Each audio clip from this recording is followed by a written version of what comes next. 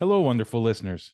We're thrilled to have you back for another episode of the Cybersecurity Boardroom, where we focus on cybersecurity and bridging the gap between IT and the business. Your continued support means everything to us, and we're grateful for each and every one of you. In today's episode, we're going to unpack the concept of ROI in cybersecurity, exploring how organizations can calculate the return on their security investments and why it's often more challenging than meets the eye. As always, we'll also be discussing some of the recent cyber breaches that have occurred in the last week or so. These real world examples serve as a valuable learning opportunity to help us understand the evolving threat landscape and how we can stay ahead of it. So grab your favorite beverage and get ready for an insightful and informative discussion.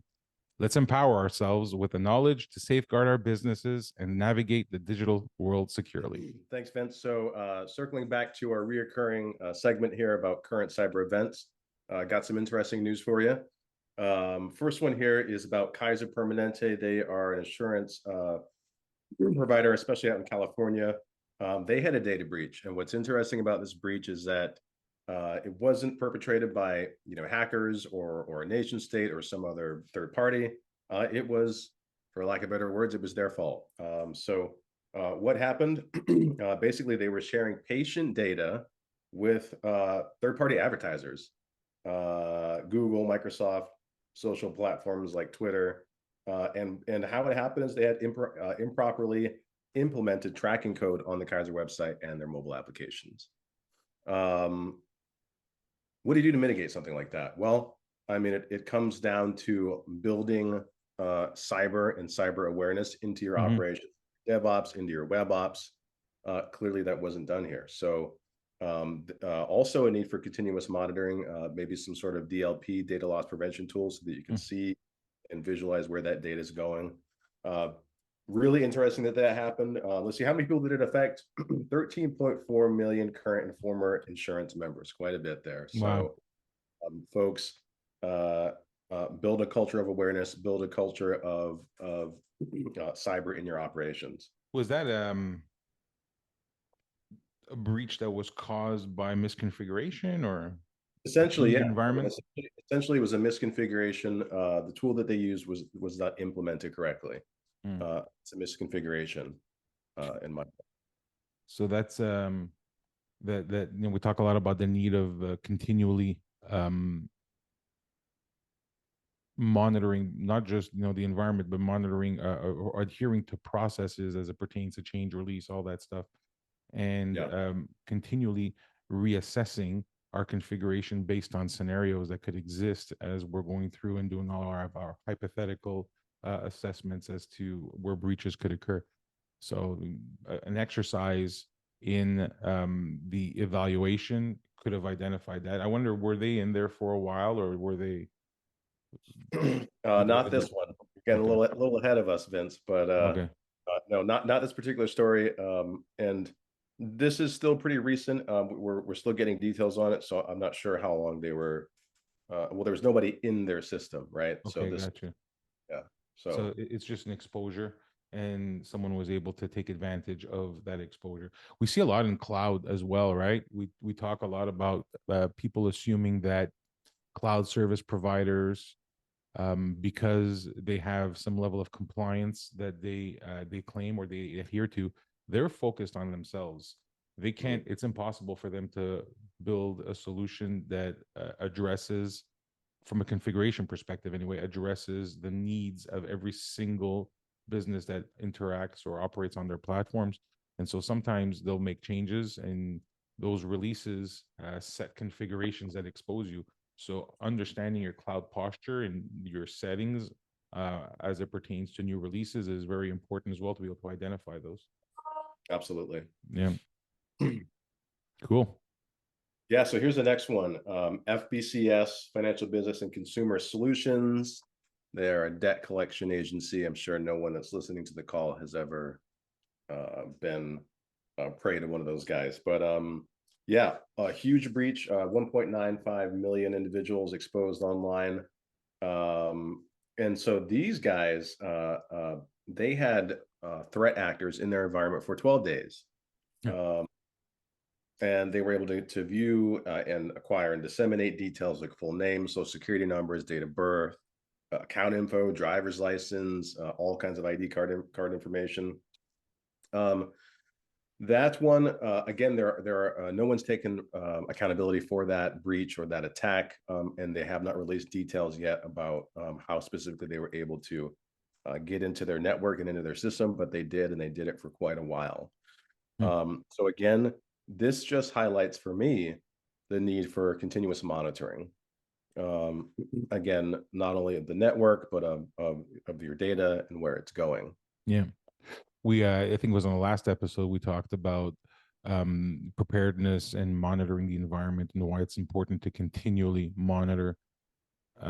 This is a situation, if they've been in there for 12 days, that means that monitoring failed to identify them while they were there for 12 days, and just allows for them to come up, the attacker to come up with a strategy for attack. They can lay low for a while, like we talked last time, build out their plan, and then when they're ready to go, they pounce.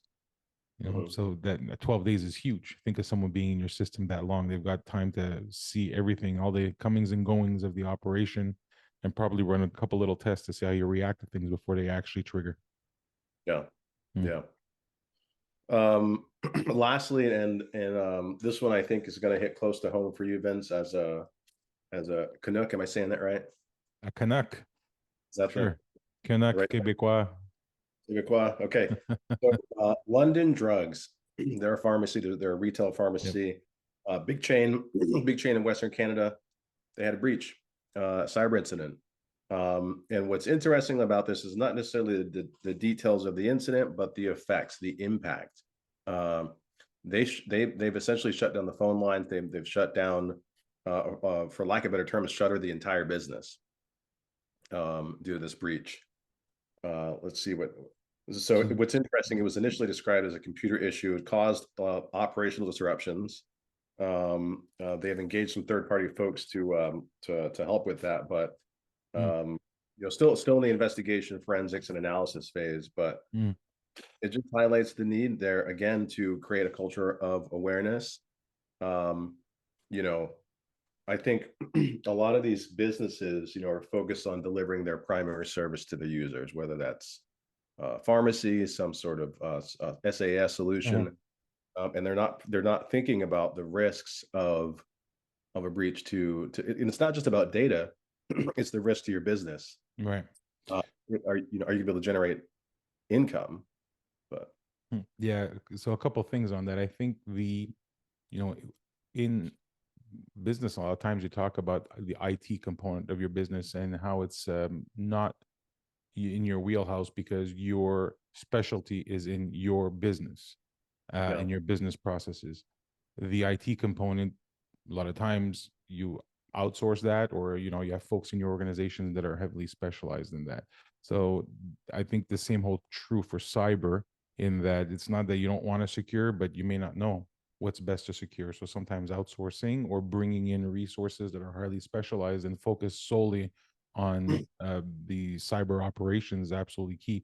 When we talk about costs, and I think this will segue nicely into our main topic for today, but when we talk about costs, there's a cost of lost revenue, but then there's a cost of people sitting idle. Organizations have people that they pay full time, and you're still going to continue to pay them, and while you're under attack or while your operation goes completely down. So if you can think in a retail operation, especially in pharmacy, you've got the pharmacists that can't work, you've got the management staff of the actual facility, you've got everybody at home office. From a logistics perspective, everything stalls. So the impacts, repercussions are huge. So you have all these costs that just sit there and you have no revenue coming in. So it almost like doubles the impact from a financial perspective. And then God knows what's going to happen after, if they're going to have any type of penalties or fees or fines to pay. Yeah. I mean, knock on wood, hopefully they're still around here in 6 months, but sometimes it's not the case. Okay, I think that brings us into our main segment for the day, our main discussion topic about ROI and cybersecurity, how you calculate it, what it's made up of. The big elephant in the room, I mean, let's discuss it. When you're calculating ROI in cyber, it's just not straightforward, right? There's different things, a lot of subjective components that go into cyber that from a ROI point of view that people get hung up on.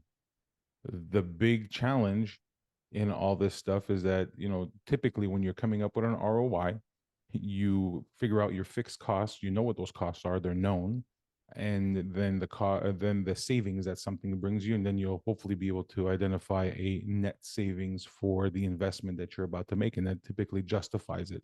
But in cyber, it's completely different. I mean, Yeah. you've got some key challenges that you typically you encounter. One of them is that cyber is all about preventing. You know what I mean? So it's about preventing bad things from happening. So you've got to think of all the different things that could potentially happen, and from that, come up with a game plan to establish what you need so that you can establish your costs. Yeah. Breaches, they're hypothetical, right? And because they're hypothetical, you assume that you're going to encounter a certain type of breach, and so that you can come up with what you need to be able to remediate that, or to counterattack that breach. So it's Mhm. very difficult. And also, threats are evolving. So today you have a certain posture from a cyber perspective, and you're good, and overnight this new threat comes up that just blows that out of the water. All of a sudden you're no longer as safe as you were. So Mhm. that continually evolving landscape makes it so that you're only good for today, and you need to plan for tomorrow, but you'll never know tomorrow until tomorrow hits. Kind Yeah. of challenging, right? Other big challenge is awareness. So a lot of business leaders are just not aware. They're not aware of the risks that it represents to their business, right? They're not aware of the simple things that they can do to mitigate a lot of those risks. I mean, I Mhm. had startup that I was interacting with at one point, and just talking through their cyber posture and what they need to do. And their position was very clear to me that we don't have money to focus on that. We're in startup mode. We're trying to generate revenue. And I hear that. I really feel for them. But you've got to have an element of the cost of running your business that goes towards cyber, whether it's small or large. You've got to be able to focus on that, Yeah. because although you're a startup and you are starting to generate revenue, you're putting all of that at risk, and potentially, going to have your business fail just Yeah. because you didn't invest, even in a small amount. I And mean, I've I even kind had of think some, about yeah. I kind of think about it like insurance.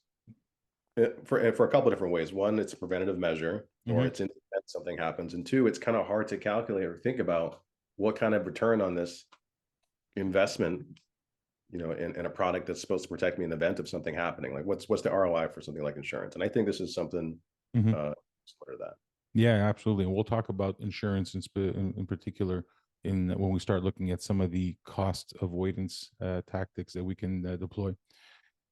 And and I even had a more senior leader in an SMB. His position was just let them breach us. If they breach us, we'll just weather the storm. People forget. Cybersecurity is important, but people will forget, and we're going to hedge our bets here and bet that people will forget. They'll get over it, and it'll be business as usual. And that person was right. People do forget. We know that, right? People have short memories. And so, that from that perspective, I think he's correct. However, what happens once you're breached and you've got to pay a penalty Mhm. contractually, or you've got to pay fines to a regulating body, or your um, cash flow is impacted at your bank and you no longer have that cash that's accessible to you, and you've now got to go fight that battle? Yeah. That's not forgiving. That doesn't forget. Yeah. So I encourage everyone, regardless as to whether you're a SMB, whether you're a critical service, or whether you're something that you feel can afford to have a black eye, if you will, in the market and still survive, to still consider cyber, because the costs and repercussions are not forgiving, Mhm. right? And then, ROI is made up of objective and subjective costs. There's another issue. So when you're trying to justify these costs to senior leadership or a CFO who's looking at things purely from a financial perspective from the business, they want to see the objective stuff. They get it, right? Yes, there's some subjective impact of an outage. There's some less tangible things like reputation, CSAT, things like that. but what are the objective costs that justify spending this money? We don't have it in budget right now. We've got to wait till next year. We can't afford to do this right now. So that's another big challenge, is that you've got to be able to differentiate the objective and subjective components that make up your ROI. Mm-hmm. So basically what I try to do is I try to break it down in three key areas for people, just to help through the process, just to help through the mindset. One of them is you've got to have a view of your objective costs, right? The other is you have a cost savings component that Mm-hmm. deploying different solutions or performing different activities represents. And Yep. then you've got cost avoidance. It is by default, whatever little thing you do is going to avoid some sort of cost for you. Some of that is subjective, some of that is objective. And you need to be able to come up with a thesis or a hypothesis as to what that might be, and not have it be the cornerstone of your ROI model. It's got to be supplemental so that folks understand that really your objective costs and your objective savings should make up a majority of your ROI, and then have the subjective components from a cost avoidance perspective underpin whatever it is that you're presenting. If you're just going in with the subjective, you won't get approval. It will fail. People won't see the benefit. Why? Because everybody's got their own responsibility within the business, and those that are purely financial are going to struggle with any decision that they need to approve and put, their name on, that is subjective. It's just human Yeah. nature. Yeah. And I think about it, quantitative versus qualitative data. I mean, those folks are used to seeing quantitative data to support their decision. Mm-hmm. And so I think, if you're going to be pitching, an idea to improve your organization's cyber posture to a CFO, another executive, you've got to support that with quantitative data. Yep. I agree, 100%. So the first thing when we start looking at the objective portion of costs is I always ask people, what is your tolerance for risk? Everybody's got a different tolerance for risk. Some of them is individual, and others it is built into the requirements of their business, right?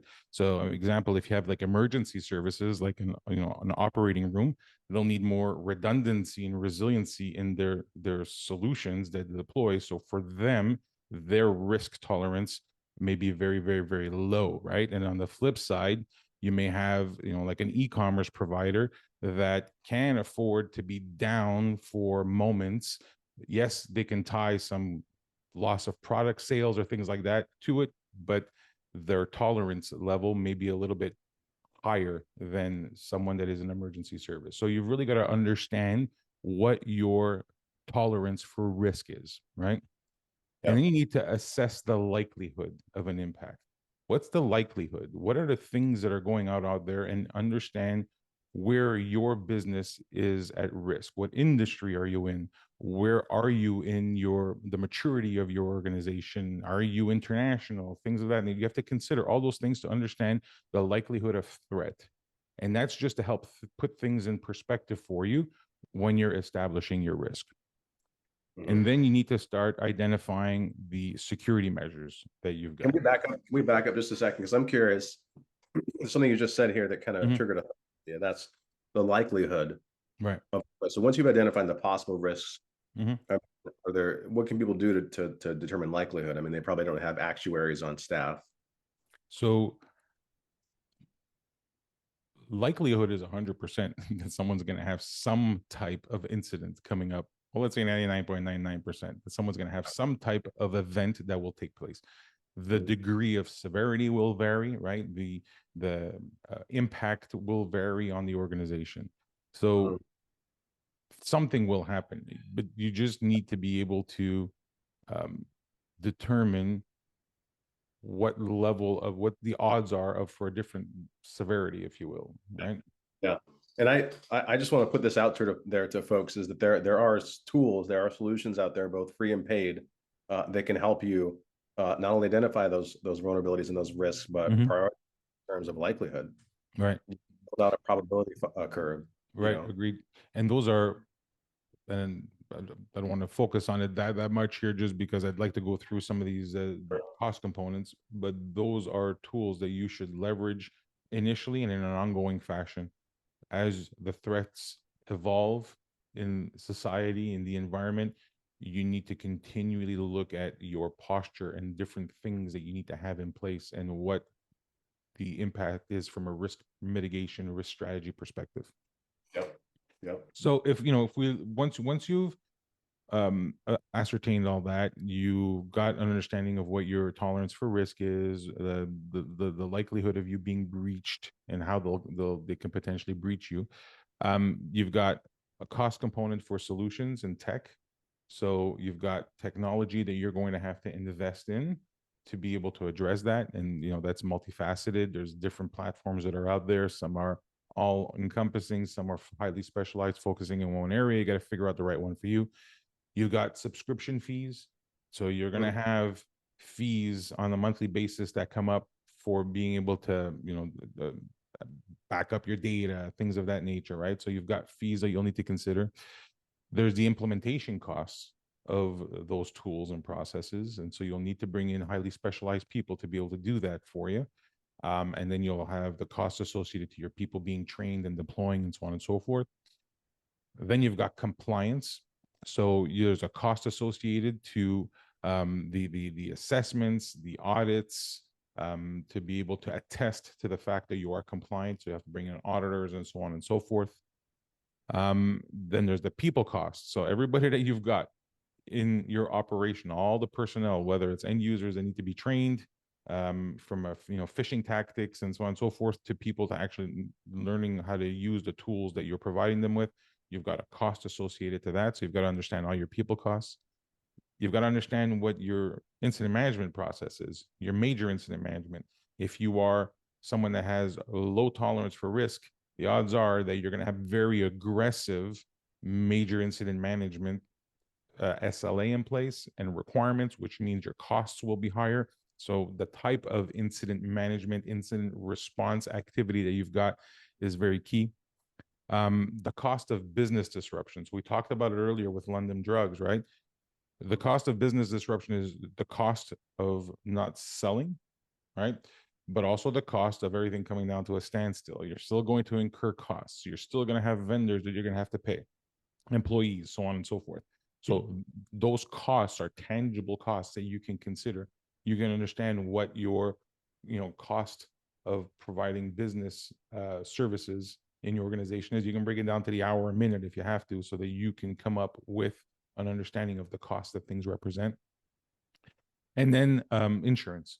You need to have cyber insurance. There's a cost to that. You pay premiums. When something happens, you pay deductibles. So you need to understand what the costs are that are tied to all of that. And you've got third-party costs. You're dealing with vendors in your system, all that. You've got to train them, make sure they've got access, all that. They may be third parties that are providing services for you, so you've got to consider those costs. Penetration testing, vulnerability assessments, those are costs you're going to consider, because you need to understand what your posture is, what your exposure is, so that you can come up with a proper plan to mitigate. So that needs to happen. Legal fees, regulatory fines, contractual penalties in the event of non-compliance or breaches. That's a big one as well. That's a bit more subjective, though, because it is based on the hypothetical situation of you being breached. So that moves into, we discussed that in the cost avoidance section. We'll discuss it a little bit more, but those are costs that you'll need to consider. Then we get into the cost savings component. When I look at cost in cyber, I look at the opportunity to save costs and to build a net savings from an investment and try to help justify that. I really look at it from two perspectives. Are you a net new organization, or that is deploying cyber for the first time, or are you an organization that already has a certain posture and you're looking to refine, or you're looking to justify an investment in a different product? Of the two, obviously it'll be challenging to come up with a net savings on an investment if you've got nothing in place. However, if you do have something in place, there are things we can look at in your operation to reduce your costs, make you more efficient, make you more effective, to mitigate some of that or offset some of the costs that you've got that help you get closer to a net benefit in your ROI. So I'd like to talk through some of those costs with you so that we can better identify, what we have that's actually tangible out there that we can put a dollar amount to help offset that cost. Yeah. App sprawl is a big thing. To me, one of the most important things. There are a lot of applications out there, systems that do different things within cyber, and a lot of companies buy into one or more of those.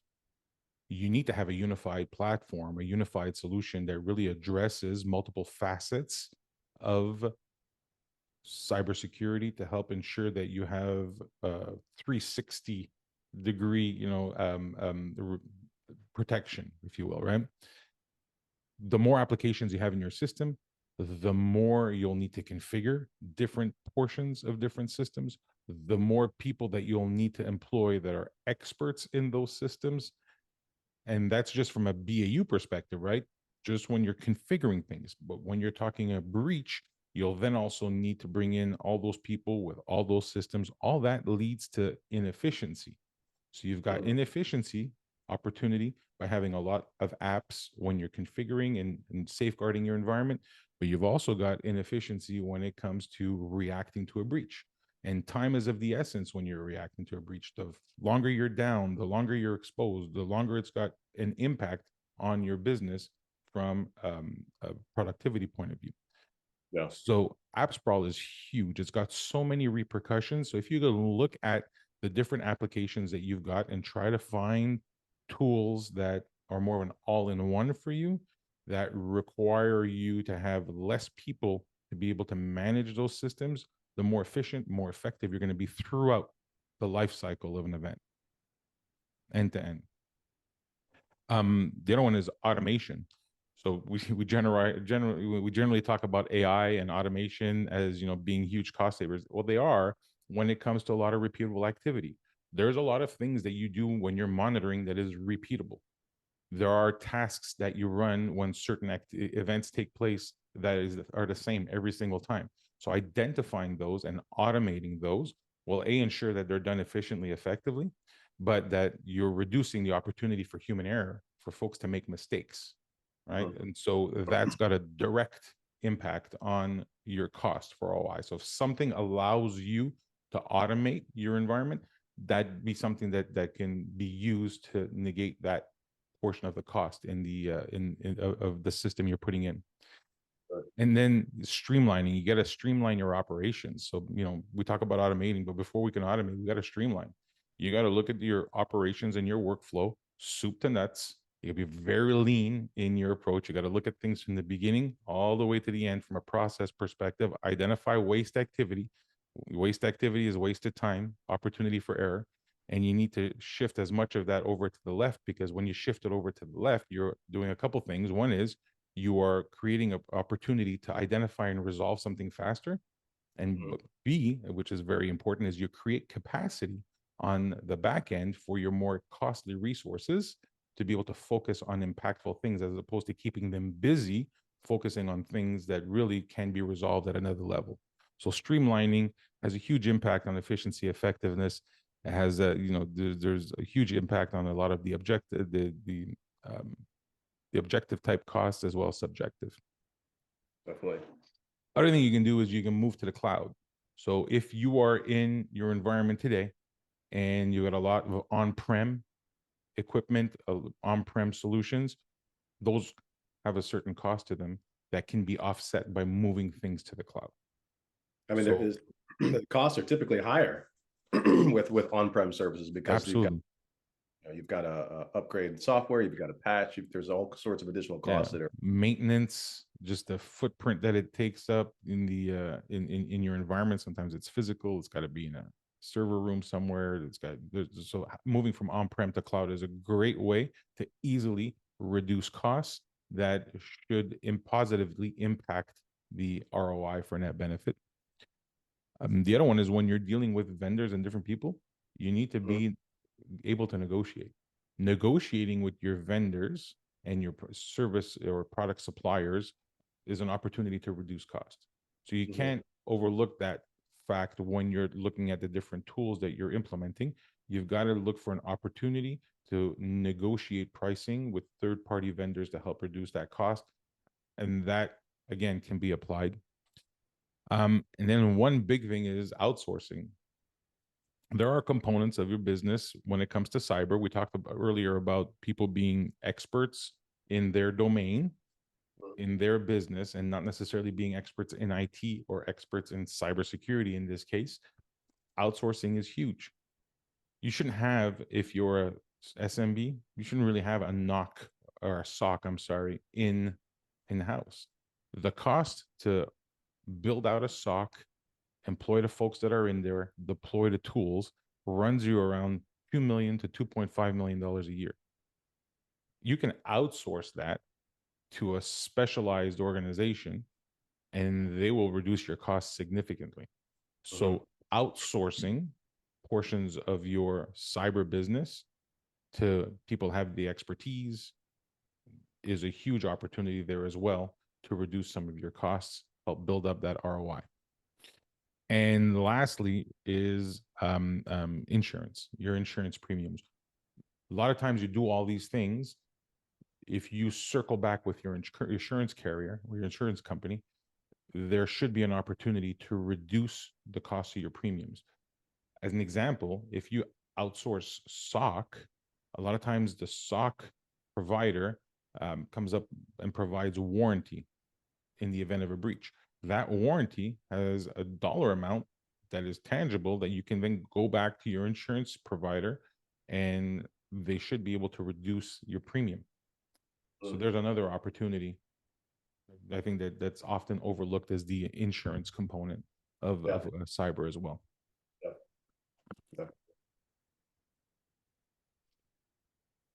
So, there's a lot of that is all objective stuff, and it's great. You still need to come up with some of the subjective components that make up cost avoidance.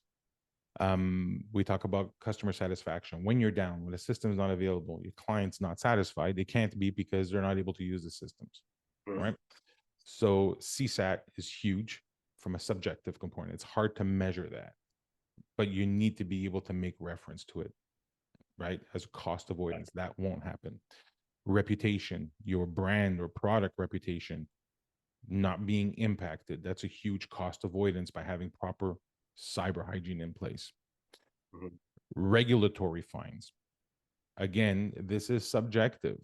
There's different types of regulatory fines that you can encounter when a breach comes up. But if a breach never comes up, you're not going to encounter them. Again, that's why it's subjective, but they're real costs. I know you and I were talking about the different types of costs that there are when it comes to regulatory fines. I mean, what do those look like? I mean, I'd like to maybe put it in perspective for folks so they understand the potential for costs that they might face when there's an outage. Like, what's the average look like in different areas or different verticals? So, I mean, so just to kind of like sum it all up into one overall statement. I mean, the average cost of a breach is about $184 per day per record, right? And that includes downtime, that includes regulatory fees, that includes legal fees, things of that nature. But to be more specific, I mean, if you're fined by a regulatory agency, I mean so not only can you be fined by a regulatory agency, but you can also be fined by an industry organization like PCI. So as an example, with HIPAA, with HIPAA, there are 4 different tiers of violations, but we'll start with the worst first, which is tier 4. And that is the willful neglect or breaches that were willfully neglectful. So that means that you could have prevented it, but you didn't. And that's $50,000 per violation with a maximum of $1.5 million. Tier 2, this happens when there's a violation that had a reasonable cause, but it wasn't due to willful neglect. And again, those penalties range from $1 to $50,000 per violation. So those can stack up if you're starting to get lots and lots of violations. You've got PCI, which can also fine you. Non-compliance a day ranges from $5 to $100,000 per month. That's imposed by different brands or banks until compliance is actually achieved. So we've got these regulatory bodies within the U.S., but we've got folks, listeners who I know are in the UK, GDPR, that's another big one. And that allows for fines for up to 20 euro or 4% of annual global turnover, whichever is higher. So they're going to make an example out of you. If you're operating in the US, typically you're going Is to that 20 euro or 20 million euro? 20 million euro, That's excuse me. big. Yeah, Yeah. that's a big number. Yeah. California Consumer Privacy Act, CCPA, that is $7,500 per intentional violation, $25 to $100 per unintentional violation. So even if you didn't mean to, you can still be fined. And then again, one other example here is the New York Department of Financial Services cybersecurity regulation.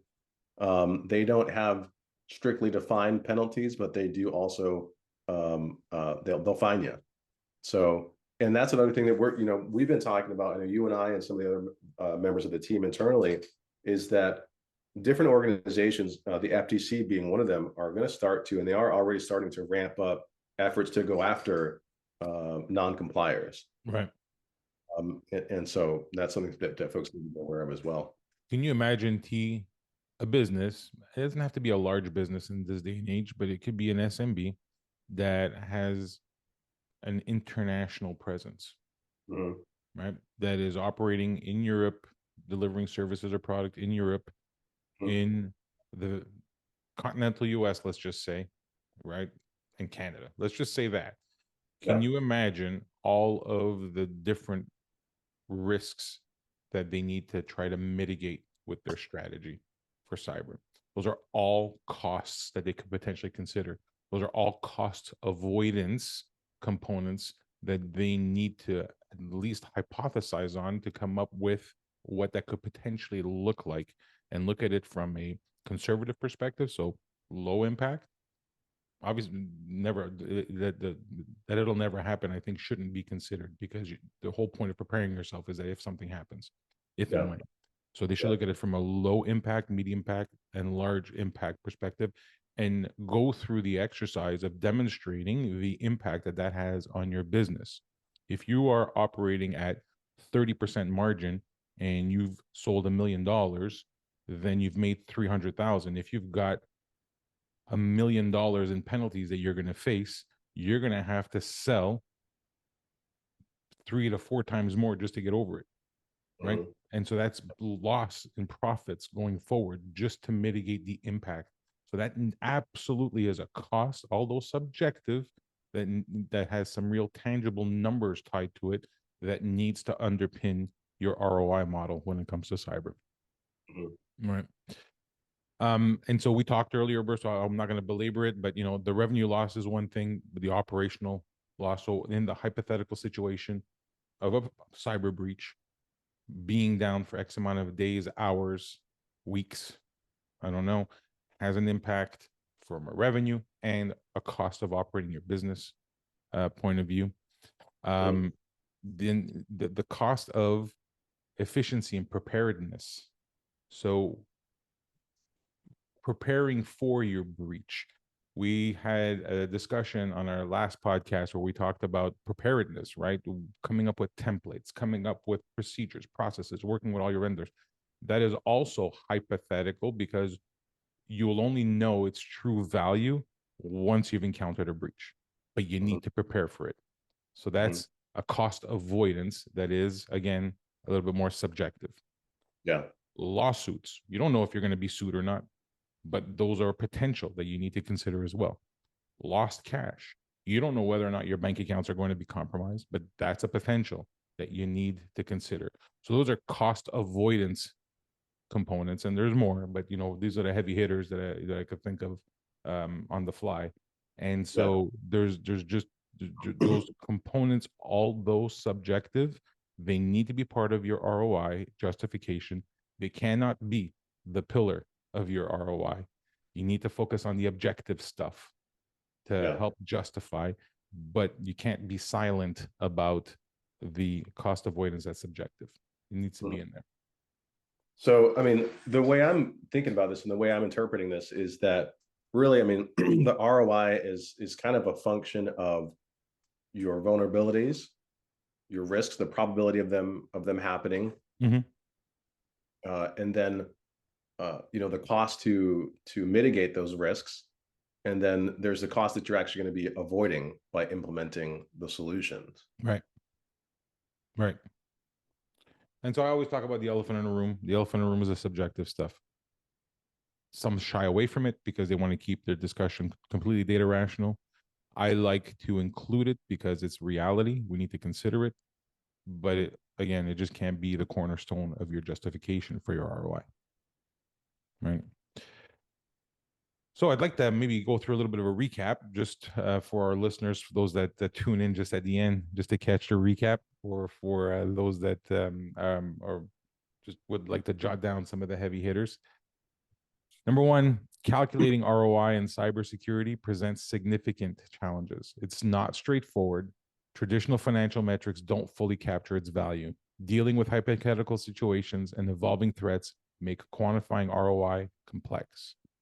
Many business leaders underestimate the impact of cybersecurity, focusing solely on building their business. Number two, there are objective costs. Comprehensive risk management is essential to identify objective costs. Costs include solutions in tech, subscription fees, implementation, compliance, personnel, incident management, business disruption, insurance, third-party services, penetration tests, training, and legal fees, to name a few. And then there's cost reduction opportunities. Consolidate cybersecurity tools to reduce licensing and management costs. Automate security tasks to increase efficiency and reduce manual effort. Implement cloud-based security solutions to eliminate on-premise infrastructure costs. Outsource monitoring and incident response to reduce internal resource requirements. And streamline security operations and negotiate favorable terms with vendors to optimize resource allocation and reduce costs. And then lastly, there's cost avoidance. You need to consider subjective benefits like customer satisfaction, reputation protection, regulatory compliance, and revenue preservation. Avoiding fines, lawsuits, and lost revenue to the business disruption or inefficiency during security incidents adds significant value. By understanding both the objective and subjective costs of cybersecurity, businesses can better calculate ROI and make informed investment decisions to protect their assets and reputations. Well, all right. So with that said, I'd like to thank you once again for being on with me, talking through this. Really appreciate your insight and your collaboration on this. I'd like to thank our listeners for joining today, and like to invite you to subscribe to the podcast on YouTube and to engage with us on LinkedIn and on Instagram. We want to hear what you have to say. We want to know what questions you may have. I find it really intriguing and very impactful to be able to address specific questions or comments that folks have. Again, a special thanks to our sponsor, Cloud Warriors, for their continued support. Please visit them at cloudwarriors.ai. We hope you found our discussion insightful and empowering. Until next time, stay safe and secure.